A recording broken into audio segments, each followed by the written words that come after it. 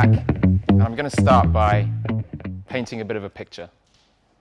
So imagine you're in the middle of the North Atlantic Ocean, and you've just sailed through two Category 2 depressions on a sailing boat that's best described as a carbon fiber missile. And the third big depression is basically on you. That's 50-mile-an-hour winds, 8-meter waves, and you've hardly slept in 6 days. Eating is near impossible with the getting thrown around on the boat, and the wind chill's down at -10. It's a cold, dark November night, and you're reminded of that every time you get hit in the face by a high-speed spray, more like an icy pressure washer. If that sounds miserable, then it is. But it's also my dream job. And it's been my dream job since I started sailing when I was 6 years old. It's about competition, it's about adventure, and it's about sailing the coolest boats in the world. They're technological marvels. They do top speeds of 40 knots, nearly 50 miles an hour, and sometimes they fly above the water on hydrofoils. And these boats are what I've been dreaming of for that long. So what does it actually take to sail these boats?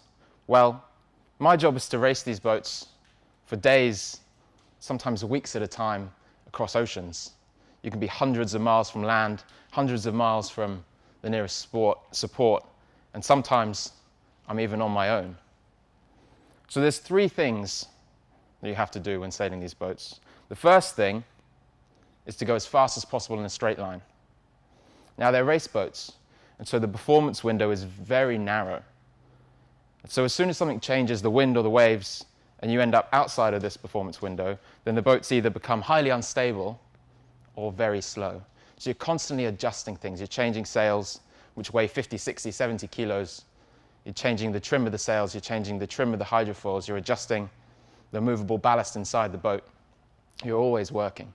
And the second thing is to pick the fastest route from A to B, which is very rarely a straight line. So that means downloading and analyzing weather forecasts, combining those with the performance model of the boat in order to predict the optimal route from A to B. So effectively, sitting in front of a computer and analyzing data. And the third thing you have to do is look after yourself and look after the boat. So that means 20 to 30-minute bursts of sleep every few hours, and you might go as long as 36 hours with no sleep at all.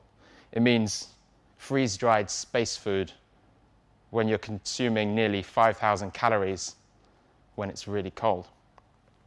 And then looking after the boat and fixing anything that happens to break as you go.